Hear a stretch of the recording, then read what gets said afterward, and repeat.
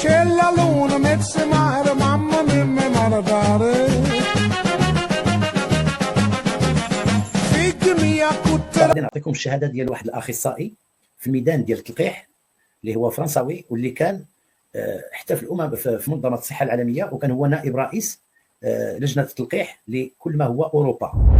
تسمع شنو قال في لجنه حكوميه وكيهضر مع وزراء، ما كيهضرش كيهضر مع الوزراء وكيهضر مع ناس ديال البرلمان وكيعطي الشهاده ديالو. تستمعوا لهذه القضيه ومن بعد نعاودوا نشرحوا. Aujourd'hui, tout d'abord, je voudrais juste rappeler mon expérience professionnelle en présidant notamment la commission des maladies transmissibles du Haut Conseil de la santé publique.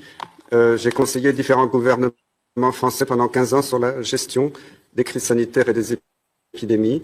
J'ai été président pendant des années du comité technique des vaccinations, donc j'ai présidé à la politique vaccinale française. Donc je suis pas du tout un anti-vax comme certains médias l'ont dit. Je suis à fond convaincu de l'intérêt de la vaccination. Et j'ai même été vice-président à l'OMS pendant des années du groupe d'experts pour les vaccins pour toute la région euro de l'OMS, qui est beaucoup plus large que l'Union européenne, parce que la zone euro de l'OMS, ça inclut la Russie, toutes les républiques d'Asie centrale, la Turquie, Israël, c'est la grande Europe de l'OMS.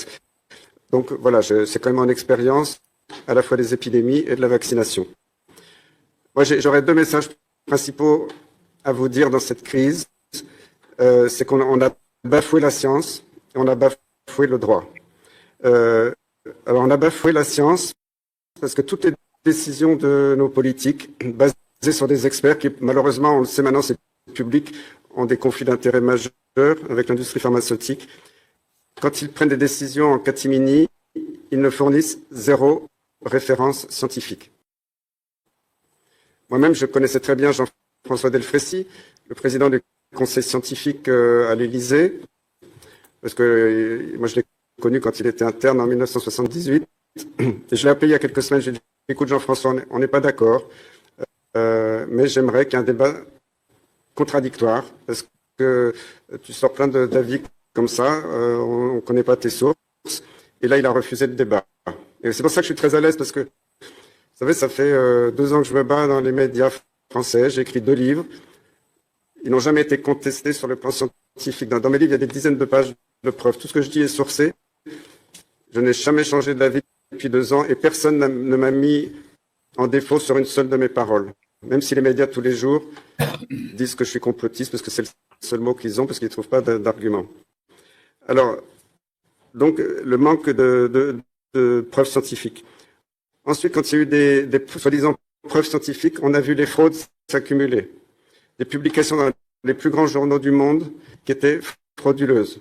Vous vous souvenez tous du Lancet Gate, quand on a voulu discréditer la chloroquine, des lobbies ont payé une équipe et un journal pour sortir une étude frauduleuse qui a tout bloqué dans le monde entier. Plus récemment, vous l'avez vu dans le British Medical Journal, il y a eu le Pfizer Gate qui a montré qu'une partie des études de Pfizer pour faire obtenir l'autorisation de leur soi-disant vaccin était frauduleuse. En France, les médias n'en ont jamais parlé, à part un petit encart dans le Figaro. Ça, c'est quand même assez scandaleux, alors que quand le Lancet est sorti, tous les médias en parlaient. Les conflits d'intérêts sont majeurs, que ce soit avec les experts, que ce soit aussi avec les médias. Et ça, c'est public, c'est pas des fake news, c'est pas moi qui le dis. Le gouvernement français, en plus des dizaines de millions d'euros qu'il donne chaque année aux médias principaux, depuis 2 ans, a donné 3 milliards d'euros aux médias. 3 milliards d'euros. Alors, soi-disant, les caisses de la France sont vides. On donne 3 milliards d'euros aux médias. Ça ferait beaucoup d'hôpitaux qu'on pourrait construire. Ensuite, ces produits qu'on appelle vaccins. J'ai été considéré pendant des années comme un spécialiste des vaccins en France, en Europe, dans le monde. Et je crois que le plus grand scandale de cette épidémie, c'est de nous avoir fait croire que c'était des vaccins. Ce ne sont pas du tout des vaccins. D'ailleurs, la preuve, maintenant, on sait qu'ils ne marchent pas, qu'ils n'empêchent pas d'être contaminés, qu'ils n'empêchent pas de faire des formes graves. Maintenant, les pays qui ont le plus vacciné, on voit que c'est plus de 90% des gens en réanimation sont des doubles, triples vaccinés, que ça n'empêche pas de transmettre. Donc, j'ai jamais vu, c'est la preuve formelle que ce ne sont pas des vaccins. Donc, faut arrêter ce délire de vouloir vacciner pour une maladie qui ne tue presque plus. Où sont les morts? Alors, il y a beaucoup de chiffres qui ont été gonflés. Pardon. Beaucoup de chiffres ont été gonflés parce qu'avec ces PCR qui amplifient au-delà de ce qui est autorisé scientifiquement d'habitude, on a gonflé les chiffres d'épidémie, on a gonflé les chiffres de morts, parce que les gens qui arrivaient à l'hôpital pour autre chose, ben, s'ils avaient un test positif, on disait qu'ils étaient morts du Covid, alors qu'ils étaient morts de tout à fait autre chose. Ensuite, ce qui m'a énormément choqué, moi, en tant que spécialiste des vaccins, c'est qu'un vaccin normal, il faut 10 ans pour qu'il soit autorisé. Et en plus, quand je vois le scandale des femmes enceintes, d'habitude, il faut 10 ans après l'autorisation définitive de commercialisation pour qu'il soit autorisé chez une femme enceinte en ayant suffisamment de recul. Là, en quelques mois, c'était autorisé. Ce qui me choque, c'est l'absence d'études scientifiques sur les décisions. Quand le gouvernement dit 3 doses, bientôt 4 doses, 5 doses, 6 doses, 7 doses, on ne sait pas, il y a 0 données scientifiques pour appuyer ces décisions. Ce qui me choque beaucoup, c'est que l'EMA, l'Agence européenne des médicaments, a avoué, c'était l'été dernier, qu'il ne connaissait pas la composition totale de ces vaccins. Et pourtant, il l'autorise. Comment? Il faudra venir à la fin. Muss zum Schluss kommen. Voilà, encore maximal 1 minute. Oui.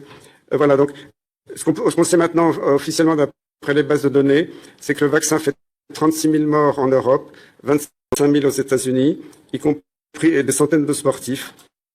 Il y a une augmentation des oncologues aux États-Unis a montré qu'il y avait une augmentation des morts par cancer après la vaccination. Et je crois que le plus bel exemple, c'est que les pays qui n'ont pas vacciné ou qui ont arrêté la vaccination sont les pays où l'épidémie est terminée. Ça, c'est très fort. On peut voir l'exemple de l'Inde. Et le dernier mot, c'est sur le droit. Je dirais que tout est illégal, puisque, comme ça a été dit tout à l'heure, une autorisation de mise sur le marché conditionnelle ne peut être obtenue que si on a démontré qu'il n'y avait pas de traitement efficace. Alors, il y a des centaines de publications scientifiques, l'exemple de l'Inde, d'autres pays qui montrent qu'il y a des traitements efficaces. Et surtout, le plus important, c'est qu'on est toujours en phase 3 expérimentale et que dans les traités internationaux, y compris dans le code de Nuremberg, c'est totalement interdit de faire une obligation sur un produit expérimental. Donc tout État, tout parlementaire qui vote pour une obligation sur un produit expérimental, il peut être attaqué à titre personnel au pénal à un tribunal international pour une faute extrêmement grave, mais mettant en danger la vie des êtres humains. Et puisqu'on parle des enfants, je termine là-dessus.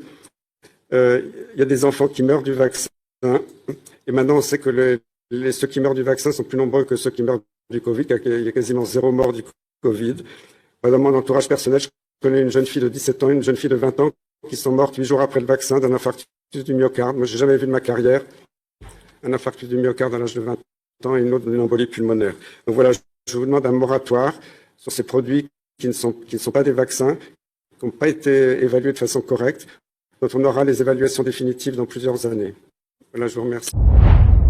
هذا ماشي اي واحد، هذا كان مستشار لمده 15 سنه ديال جميع الحكومات الفرنسيه المتعاقبه فيما يخص تدبير الجوائح او الجائحات كما بغيتوا تحسبوها، فيما يخص التلقيح، وكان خبير في لجنه ديال منظمه الصحه العالميه لجنه الخبراء ديال التلقيح ديال اللقاحات، واللي كيتكلم بطريقه واضحه قدام واحد اللجنه وزاريه فيها وزاره الصحه الفرنسيه وفيها ناس من البرلمان، وقال بان هذا ماشي لقاح صفه نهائيه، لان شروط اللقاح 10 سنين ومن بعد كيخص 10 سنين اخرى باش يتاكدوا باش كيولي عنده لا سيرتيفيكاسيون سيونتيفيك. هذه نقطه. النقطه الاخرى قال بان هذا تستعمل في اطار اللي تضرب فيه العلم وتحيدوا العلماء الصحاح وتضرب فيه القانون والحقوق. وقال كذلك بان كاينين وفيات، بان هذه الوفيات هذه جايه من اللقاح وما تحبش، وباللي هذا ماشي مبرر، لان كاين امراض بحال الكونسير اللي الوفيات السنويه ديالها اكثر بكثير من الوفيات ديال الكوفيد. علاش ما تمش التعامل معها بهذه الطريقه هذه؟ قال بانه طلب مناظره مع جون فرانسوا ديلفريسي اللي هو المستشار بحال اللجنه العلميه ديالنا، المستشار ديال ليليزي، اللي هو اللي تيقرر باش يدوزوا هذه القوانين ويدير جواز التلقيح ويدير هذا الشيء في فرنسا. طلب منه المناظره والاخر رفضها، لان طلبوا يجي لهذه اللجنه هذه وتكون الهضره قدام الهضره، ورفض لان قال فمو بان كاينه مصالح ماليه مع هاد الناس هادو مع المختبرات. علاش ما يديوش هذا للحبس ولا يحاكموه؟ لانهم ما يقدروش. انه قال الحقيقه، قال بان كنطلب منهم المعطيات العلميه فاش كياخذوا قرار ديال الجرعه الثانيه وياخذوا القرار ديال الجرعه الثالثه، كنقولوا لها عطيونا المعطيات العلميه اللي بنيتوا عليها هذا القرار. ما كايناش بصفه نهائيه. قال هذا ماشي فاكسان. وهذا الكلام هذا سمعتوه، هذا الكلام هذا واضح. هذا العالم اللي عنده خبره نتاع 35 عام قال بان جميع الحكومات وجميع البرلمانات اللي كتصوت في البرلمان باش يتفرض اللقاح وكتصوت باش يتفرض جواز اللقاح، فهما كيرتكبوا جرائم ويجب وممكن المتابعه ديالهم امام المحاكم الدوليه لتعريض الناس لخطر الموت. قالها في دوله اللي فيها القانون. هذا تيقول لجميع الحكومات اللي فرضات وجميع البرلمانات اللي صوتات يجب متابعتها جنائيا امام المحاكم الدوليه. حتى واحد ما منعه. واخا دخلت ديك رئيسه اللجنه قالت له عندك دقيقه، ما كاين لا دقيقه لا والو. ان كل ما كيجي شي واحد كيحط النقط على الحروف الا تيبغيو يسدوا عليه. وهاد اللجنه هذه ما غاديش يدوزوها لك في التلفازه هنا، وما غاديش يدوزوها عندكم، ما غيدوزوها حتى في شي جهه. قال لهم باللي الدول اللي ما لقحاتش بحال بعض الدول الافريقيه ما عندهاش المشكل. الهند اللي ظهر عندها المشكل والتجأت للبروتوكول العلاجي قضات على المشكل. علاش هاد الحكومات هذه باغا تفرض لقاح صحه اللي هو ماشي لقاح؟ السؤال اللي كيطرح نفسه علاش المختبرات ما تحملش المسؤوليه، وعلاش الدول اللي كتفرضوا بالقانون اللي بغات هي ديكتاتوري ما كتحملش المسؤوليه؟ علاش كيبقى المواطن اللي خداه هو اللي بغى؟ الكود ديال نورنبرغ واضح. فالكود نورنبرغ كيمنع انك دير شي تعطي شي دول شي حد ولا ديروا شي تلقيح الا ما بغاش اصلا. فهادو خلقوا القوانين ديال الكود نورنبرغ وخلقوا القوانين ديال حقوق الانسان وخلقوا الديكتاتوريه وارتكبوا جرائم في حق الانسانيه.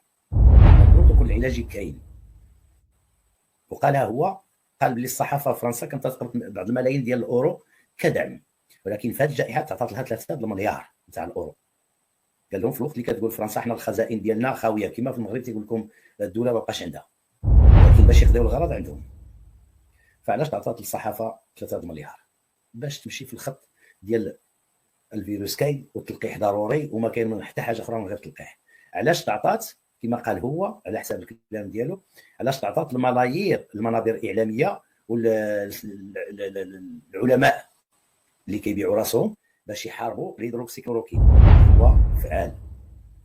علاش منعوا العلاج في الدول الغربيه وهو موجود وتبتها بالحاله ديال الهند. لا تنسوا الاعجاب بالفيديو والاشتراك في القناة تشجيعا لنا لنستمر بنشر المزيد إن شاء الله.